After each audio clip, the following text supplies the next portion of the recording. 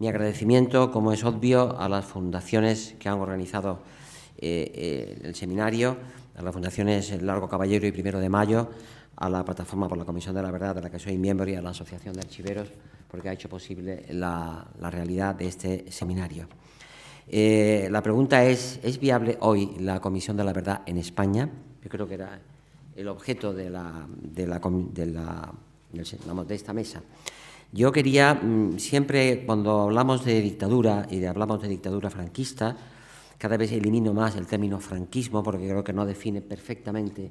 lo que representó, que fue una dictadura primero militar, luego militar civil, porque nunca dejó de ser militar. Por la prueba es que los consejos de guerra funcionaron hasta el año 75, por tanto tenía un contenido militar hasta el último día, y por tanto era una dictadura militar civil.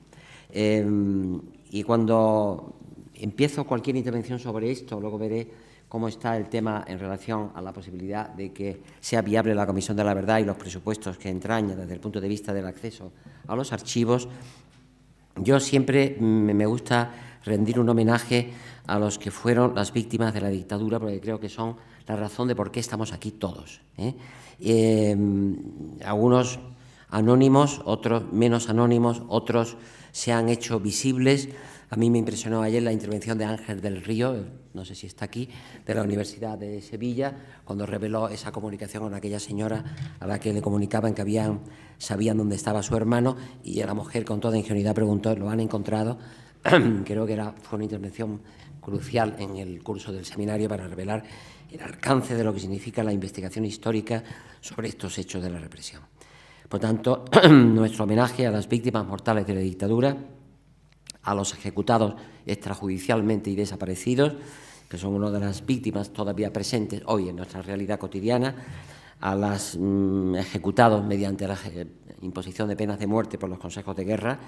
a los presos políticos no rehabilitados todavía y condenados injustamente por los tribunales franquistas o pseudo-tribunales, a los torturados, a los detenidos policiales sin garantía, a los sancionados gubernativamente sin que nadie le haya restaurado la dignidad y el honor que les corresponde, porque fueron injustamente sancionados y desde luego no les reintegraron las cantidades que tuvieron que abonar en concepto de multa cooperativa por la aplicación de la ley de orden público, a los guerrilleros, a los condenados injustamente por los consejos de guerra, que ya he dicho, y por supuesto a los familiares de los niños robados y de los niños traficados,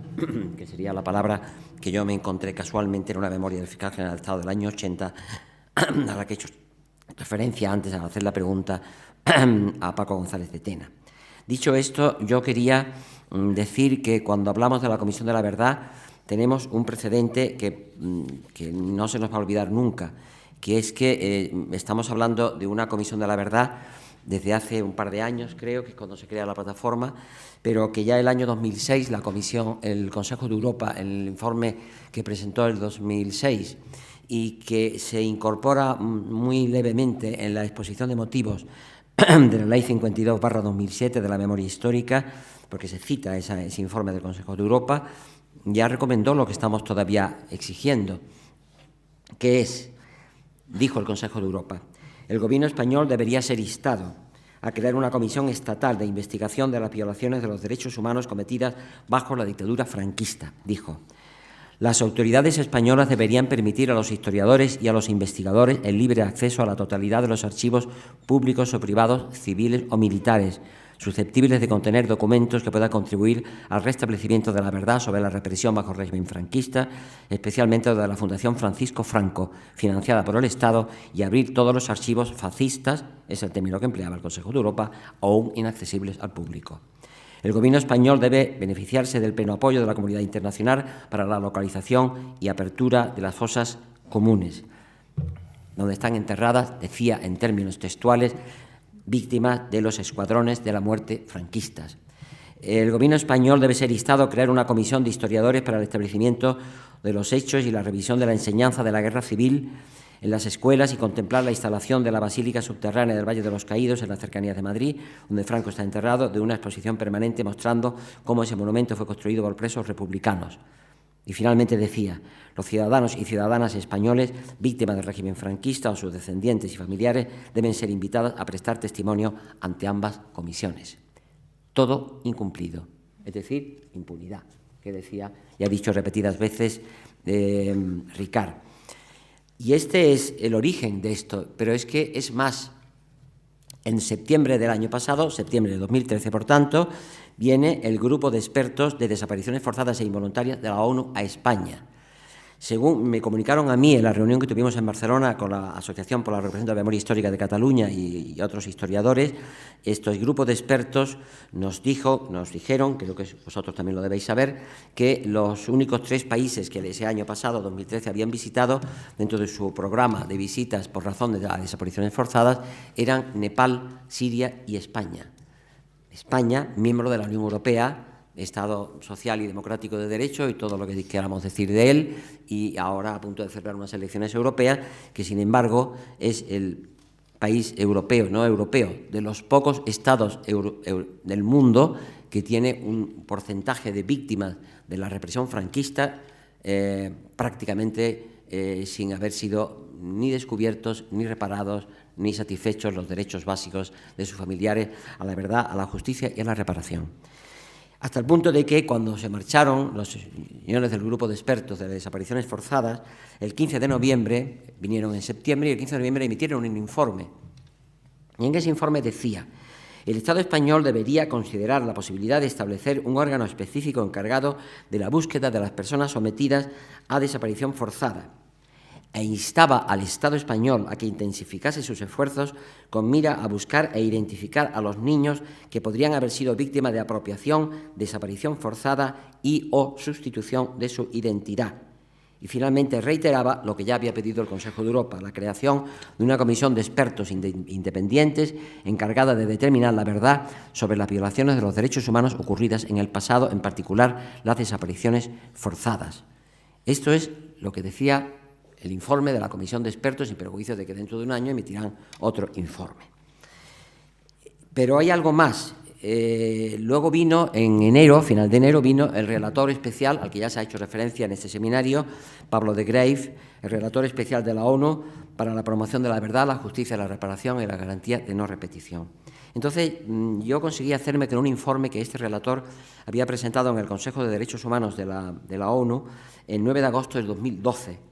Y en él, entre las recomendaciones que contenía ese informe, antes de la visita a España, decía lo siguiente: el Estado de Derecho debe entenderse de un modo congruente con la noción de su objetivo último, la promoción de un orden social justo, y los objetivos más particulares que persiguen las medidas de justicia transicional, como el reconocimiento, la confianza y la reconciliación. Con la combinación de las áreas de acción se pretende que las personas se consideren titulares de derechos, libres de organizarse y proclamar y reclamar sus derechos, y asegurarse de que las violaciones sufridas no queden impunes. También actúa como un fuerte catalizador en el proceso de organización de la sociedad civil. El concepto de Estado de Derecho comprende también las condiciones que garantizan a las personas y a la sociedad civil la posibilidad de una participación positiva en procesos legislativos que permitan dar sentido al concepto de justicia. Esto es lo que han dicho los relatores de la ONU, y por tanto, es el punto de partida de la reflexión que tenemos delante. La Plataforma por la Comisión de la Verdad ha planteado unas propuestas muy concretas y muy determinadas. Yo voy a leer un par o tres de ellas para no alargarle mi intervención, pero que hay algunas que son evidentes y que están relacionadas con el objetivo de la Comisión de la Verdad, que son la creación de una fiscalía especializada en las actuaciones criminales del franquismo, la investigación sobre los desaparecidos y exhumación de restos de víctimas por cuenta del Estado, y el restablecimiento, digo tres, hay muchas más, el restablecimiento de una oficina de atención a las víctimas y familiares del franquismo con presupuesto y personal suficiente, esta última suprimida por el Gobierno del Partido Popular a las pocas semanas de ocupar el poder. Por tanto, estamos en una situación realmente crítica. Posibilidades. Yo creo que conocemos todo lo que significa, porque lo sabemos todos perfectamente,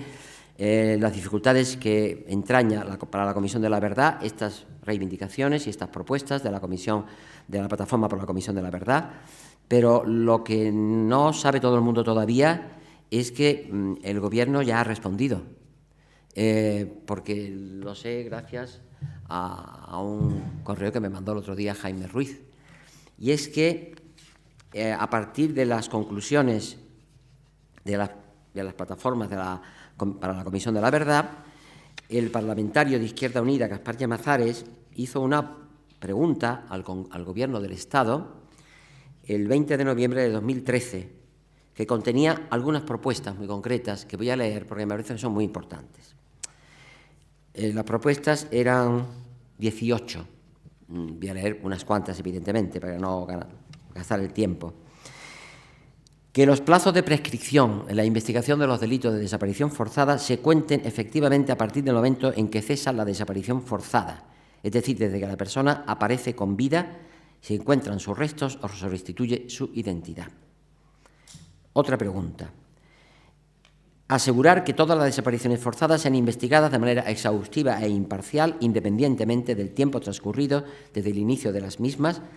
y aun cuando no se haya presentado ninguna denuncia formal. Promover las medidas legislativas y judiciales con miras a superar los obstáculos jurídicos de orden interno que pueden impedir la investigación, en particular la interpretación que se ha dado a la ley de amnistía. Y, finalmente, entre las 18, cito esta última, considerar la creación de una comisión de expertos independientes encargada de determinar la verdad sobre las violaciones de los derechos humanos ocurridas en el pasado, en particular las desapariciones forzadas. Escrito de Gaspar Llamazares, concretamente, el 20 de noviembre del pasado año. Respuesta del Gobierno de fecha 15 de enero de este año. Nada de nada. Nada de nada. Es decir, una respuesta ante una propuesta como la que hacía Gaspar Llamazares, que era fiel reflejo de las propuestas de la Plataforma por la Comisión de la Verdad, el Gobierno responde de tal manera que parece que en España no haya habido guerra civil, no haya habido dictadura y no haya habido, por tanto, represión. Y cuando se refiere a las desapariciones forzadas, se refiere a la convención que cita la Plataforma, las preguntas del diputado Gaspar Llamazares y nuestras propuestas, lógicamente, pero se refiere a la Convención de Desapariciones Forzadas y la cita como una convención internacional aplicable a los hechos ocurridos hoy, cuando es evidente que hoy no hay desapariciones forzadas. Hay una absoluta ausencia de cualquier referencia, la contestación del Gobierno es muy larga, son 5 o 6 folios, es absolutamente insoportable e indignante, lo digo en estas palabras porque son las que son, porque no aparece la menor mención ni de la guerra civil, ni de la dictadura, ni de la represión, ni de las víctimas, ni de la guerra civil, ni de la dictadura, ni de la represión. Se limita a decir que ya está ahí la justicia para investigar lo que tenga que investigar cuando quiera investigar. Y es lo único que dice, todo lo demás es pura literatura y pura retórica. Por tanto, estamos en una situación complicada. Es más, tiene el atrevimiento, yo diría la osadía o a la desfachatez, de que cuando se habla de víctimas se refieran al anteproyecto de ley orgánica del Estatuto de la Víctima del Delito de 25 de octubre de 2013, que se refiere a las víctimas de delitos comunes cometidos en el transcurso de la democracia. Por tanto, no tiene nada que ver con las víctimas a la que la Plataforma por la Comisión de la Verdad, antes el Consejo de Europa y luego los relatores de la ONU se referían. Por tanto, están eludiendo de una forma abierta y manifiesta la propuesta, las preguntas que se han planteado y no dar respuesta, por tanto, a ninguna de ellas. Y este es el estado de cosas en el que estamos. Por tanto, yo pienso que si hay alguna razón para insistir en la viabilidad de la Comisión de la Verdad, es ahora, pero ahora con más dificultades que antes, evidentemente, porque la respuesta del Gobierno, que la tengo aquí, realmente produce una sensación de decepción, de frustración, pero como aquí no hemos venido ni a estar decepcionados ni frustrados, sino a seguir luchando por el futuro, pues seguiremos haciéndolo en la forma que estimemos pertinente. Pero hay que reconocer que no es de extrañar que un Gobierno que está limitando los derechos democráticos, que está prácticamente eliminando los derechos sociales y que está desmontando el Estado social y democrático de derecho paso a paso con una frialdad realmente impresionante, no es de extrañar que responda como responde a un tema como el de los objetivos de la Comisión de la Verdad, porque si nos están dejando sin derecho de reunión, sin derecho de manifestación, casi sin libertad de expresión y están aboliendo los derechos básicos a la vivienda, a la salud, a la educación, a la cultura, etcétera, pues prácticamente esperar que además nos den la razón en esto sería mucho pedir, creo yo, de ese Gobierno. No obstante, yo quiero hacer algunas reflexiones, aunque sean breves, sobre el tema de los archivos y particularmente de los archivos judiciales, a los que se ha hecho poca referencia y que realmente son absolutamente inadmisibles en un Estado democrático de derecho, pese a que son leyes o disposiciones, mejor dicho, aprobadas ya en democracia y a veces por el propio Consejo del Poder Judicial, en virtud de reglamentos que yo creo que van mucho más allá del contenido de las leyes y rompen, por tanto, la jerarquía normativa que preside cualquier materia regulada en esta materia. Yo tengo que decir que cuando hablo de archivos me refiero a todos los archivos. Voy a hacer una referencia específica a los archivos judiciales porque es lo que mejor conozco, pero yo recomiendo la lectura, ya que puestos a recomendar, de un artículo que profesó, que escribió no hace mucho, ahora un par de años, la catedrática de la Universidad Autónoma de Barcelona, Carmen Molinero, que se llama El acceso a los archivos y a la investigación histórica, en la que ponía de manifiesto que realmente con la ley de patrimonio documental del 85, si no me equivoco, ¿no? Y su artículo 57, apartado C, exactamente, 1C, realmente la capacidad de acceso a los archivos por parte, no ya de los particulares, sino de los historiadores, está bastante limitada. Y lo expone con una argumentación muy amplia que no voy a repetir aquí. Lo que sí es cierto es que ella pone de relieve algo que me parece muy evidente, y es que, y lo voy a leer brevemente, siendo la cuestión de las garantías de acceso al problema más acuciante de acceso a los archivos, hay que poner de relieve que las administraciones públicas continúan sin dar importancia debida a la gestión del patrimonio histórico para hacerlo accesible a la ciudadanía. Pongamos unos ejemplos. En España existe un grave problema de catalogación y transferencia de los documentos posteriores al 36, particularmente de los fondos vinculados a la represión. Se lo preguntaba antes Ricard, que la documentación de la policía solo está transferida en una proporción muy pequeña al Archivo Histórico Nacional y el resto, como la de la Guardia Civil, es inaccesible, continuando en manos de dichos cuerpos de seguridad del Estado, cuando no son archivos militares más inaccesibles todavía. Pero yo quería, en ese contexto, hacer un recuerdo y una reflexión a una persona a la que le tengo una admiración histórica, y todos se la tenemos, porque fue asesinado por ETA, que fue el profesor Tomás y Valiente. Él dijo en un momento determinado, en uno de los muchos congresos que se hicieron sobre investigación, memoria histórica, archivos, etcétera, lo siguiente: es posible que el honor, que es el valor que se suele invocar siempre para rechazar, como luego explicaré, rechazar determinadas informaciones a los historiadores y no digamos a los particulares, él dijo que es posible que el honor, que la intimidad, aunque esto me parece muy difícil, añadía, se pueden poner en riesgo, pero el riesgo de la utilización de un derecho no es en sí mismo razón suficiente para no permitir el ejercicio de ese derecho. Continuaba: no soy tan zafio como para patrocinar una especie de apertura sin límite de los archivos judiciales, pero sí creo que la regla general debe ser la utilización, y las dificultades para la utilización deben ser las excepciones, justificables siempre, excepciones interpretadas restrictivamente como toda excepción de un derecho fundamental, como es el derecho a la información. Y todo ello en virtud y en función de esa prioridad que en el ordenamiento jurídico tienen los derechos fundamentales y muy en concreto el derecho a una información veraz, decía Tomás y Valiente. En este contexto,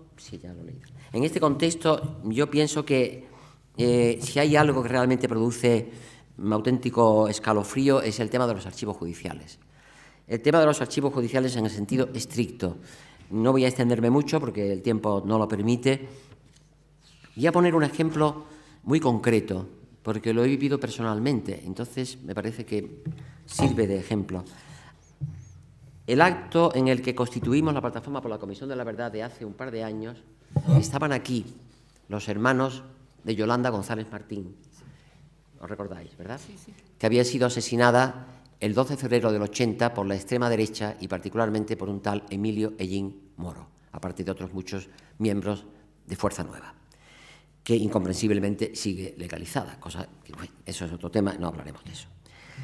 Ante eso, yo he seguido manteniendo contacto con esa familia, con los hermanos de Yolanda González, y he hecho algunos trabajos, en la medida en que me lo han permitido mis posibilidades, como particular que soy, de acceder a determinados documentos y archivos, y algunos realmente los he conseguido del Centro de Documentación del Consejo General del Poder Judicial, que radica, como saben ustedes, en San Sebastián. Pero ha habido momentos en que la capacidad de acceso a los archivos me encontraba unas barreras infranqueables que ya entendéis perfectamente en qué consisten. No obstante, tuve conocimiento de un dato objetivo. Un juez de vigilancia penitenciaria llamado, creo que José Andrés Donato, no sé qué,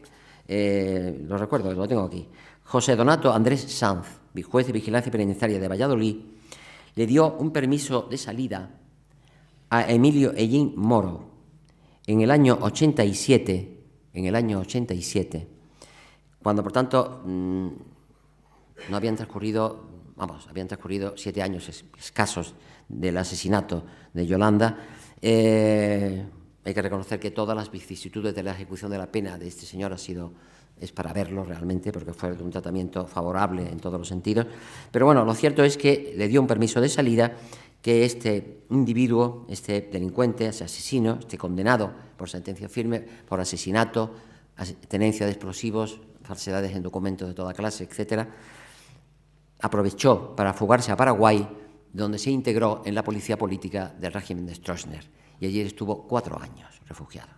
Finalmente, el gobierno español pidió la extradición y fue reintegrado a España, donde continuó cumpliendo su condena en términos muy favorables. Muy pronto se le concedió el 3er grado, por tanto ya salía todo el día de paseo por ahí, y finalmente llegó incluso a aparecer como un sujeto que, por razón de sus supuestos conocimientos tecnológicos en materia informática, había sido contratado por el Ministerio del Interior, por la Consejería de Interior de la Generalitat y por la Consejería de Interior del Gobierno vasco para prestar ayuda tecnológica a la policía en concepto de científico, de técnico o de perito o de no sé de qué. Incluso llegó a ser citado como perito en el juicio por el asesinato de los famosos 2 niños de Córdoba. Llegó a ser citado como perito esta persona. Yo, ante esa realidad tan absolutamente insufrible, dirigí un escrito al Consejo del Poder Judicial pidiendo que me dieran una certificación de la resolución de la Comisión Disciplinaria de 13 de noviembre del 87, por el cual se le suspendía de empleo y sueldo a ese juez de vigilancia que le dio ese permiso de salida al asesino Emilio Ellín, por el tiempo que fuera, sería 4 o 5 días o una semana, y que aprovechó, como digo, para fugarse a Paraguay. Y al mismo tiempo del acuerdo del Pleno del Consejo del Poder Judicial, que, conociendo del recurso que el juez interpuso, como es natural, dejó sin efecto la sanción, con lo cual la sanción no se cumplió. Yo me dirigí al Consejo del Poder Judicial pidiendo que me dieran una certificación del acuerdo de la Comisión Disciplinaria y del acuerdo del Pleno del Consejo del Poder Judicial para conocer el alcance que habían tenido en ambos casos.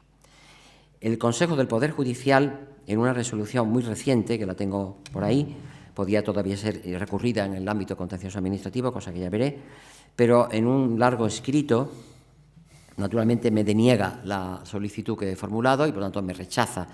facilitarme certificación de estos acuerdos del Consejo del Poder Judicial. No estoy hablando de un proceso judicial, estoy hablando de un órgano administrativo, por tanto, de la Administración General del Estado, lo cual demuestra los límites a que se están llegando. Y aparte de rechazarme la concesión de la autorización para otorgarme esos certificados, dice lo siguiente: aparte de negarme a mí que tenga un interés legítimo y directo en la obtención, son términos textuales del acuerdo, lo cual es discutible, porque dice que como no tengo subvenciones de la no sé qué, de la administración pública, esa investigación que yo estoy haciendo no vale nada, pero bueno, eso es igual. Pero añade algo todavía más grave: y en la medida en que la pretensión, que no estoy hablando de 2 acuerdos de la Administración del Estado, de la Comisión Disciplinaria y del Pleno del Consejo del Poder Judicial, sobre un penado, en efecto, pero los certificados son de 2 órganos de la Administración, y dice que rechaza la pretensión porque afecta a una persona viva sobre la cual se pretende llevar a cabo un estudio, entre comillas de ellos, que indudablemente afecta a la intimidad e imagen, con lo cual la necesidad del consentimiento expreso de esta persona resulta plenamente exigible. Es decir, que un asesino condenado por sentencia firme, que ya ha cumplido la condena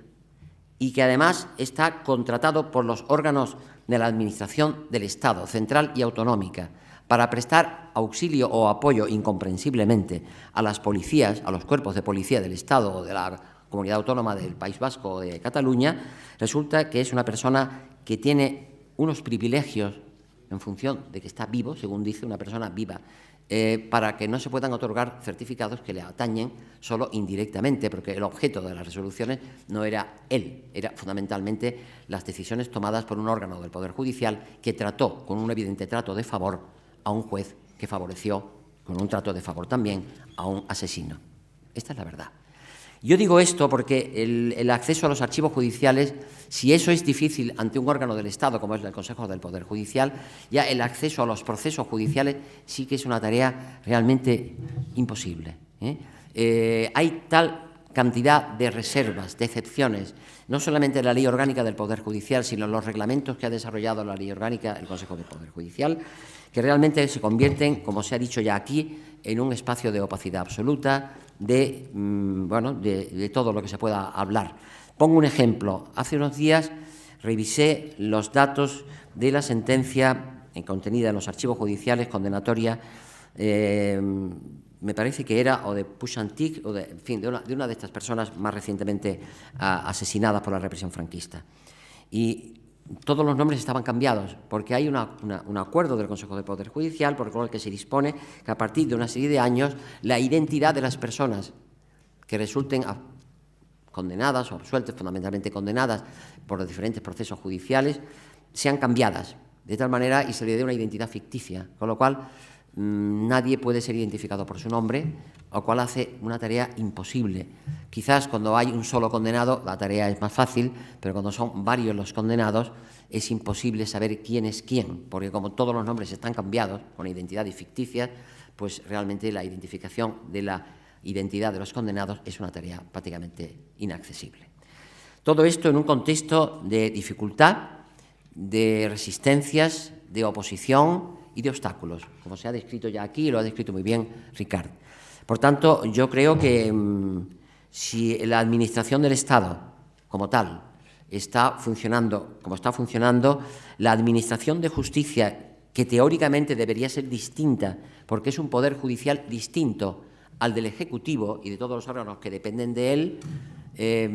debería tener una disponibilidad para el acceso al derecho a la información, como debería tener cualquier órgano judicial en relación al ejercicio de los derechos humanos, entre ellos el derecho a una información veraz, como decía Tomás Valiente. Pues no es posible, no es posible. Hasta el punto de que hay un reglamento del Consejo del Poder Judicial, y con eso termino,